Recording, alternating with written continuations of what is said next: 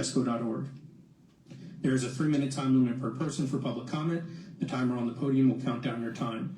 Please start wrapping up your comments when the yellow light comes on. When the red light turns on, please conclude your remarks.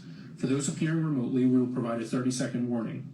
So if you'd like to make a public comment, if you're in person, please come to the podium and state your name and municipality before speaking. If you're connected through Zoom, you can use the raise your hand feature or press star 9 on your telephone keypad.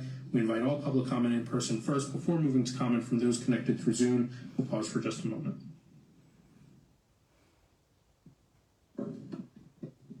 Hi, it's me again, Ginny Marcel Kersleg, West Whiteland Township. I want to start by saying I'm speaking, but it's not just me. I'm speaking on behalf of many other people. And I also want to preface my comment by saying that we're not just concerned about our own safety on Mariner East, we're concerned about the safety of our first responders. And we're also very appreciative and grateful for our Department of Emergency Services. But I do want to make some comments on the presentation that we heard about the Mariner East emergency planning. First of all, we heard that the framework of the response could be used for all pipeline events, but it's important to remember that Mariner East is very different from the others, and that's why we're going to this great expense to try to develop an emergency plan.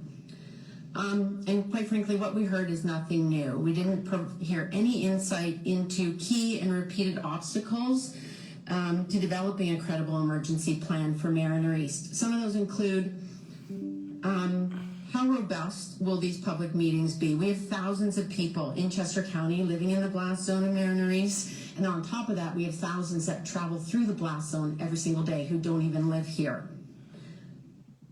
We heard that they would send assets in response. How would these be sent when vehicles can ignite the blast zone? We heard that people will be safely notified. How will they be safely notified when PHMSA and the industry both say not to use cell phones? And to compare, with all due respect, to compare Mariner East to gas pumps is ludicrous. The material is different, the volume is different.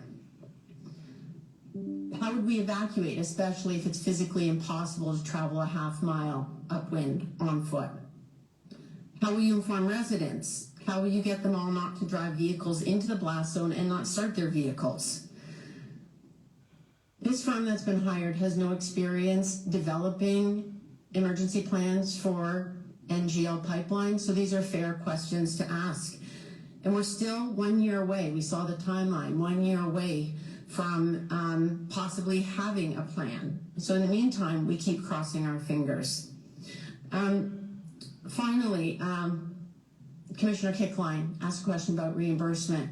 I think it's a great question, but we should be reimbursed more than just those plannings. We should be reimbursed for this almost $1 million. And I would also caution against asking them to, this pittance money that they provide, and then they have a photo op, and Energy Transfer uses that to promote themselves as good community partners. They're not. So please, if they do give you money, don't allow that, and I urge you to go after them for the full cost of all of this. Have 1 second? That's it. Thank you.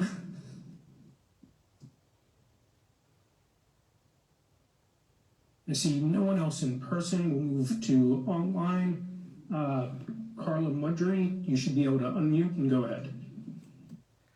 Hi there. I live in East Whiteland Township. I am in a blast zone for several pipelines. We are close to the border with West Whiteland. I listened to this presentation because I wanted to hear, I wanted to try and understand, and I'm still left with a distinct lack of comfort that the residents of Chester County are protected from any bad thing having to do with these pipelines. Take the new sinkhole in West Whiteland, which was bought up. If you can't trust this company to notify a township about a new sinkhole, so it's a surprise to elected officials and the managerial staff alike, how can you trust them to get to Chester County in time in the event of an emergency? Marion, you're up for re-election. You said a long time ago that you would help the residents of Chester County. Now is the time to actually do that. Thank you very much. Commissioners, I don't see anybody else online. Okay, do we have a motion to adjourn? So moved. All in favor? Aye. Opposed? None? Thank you, everyone.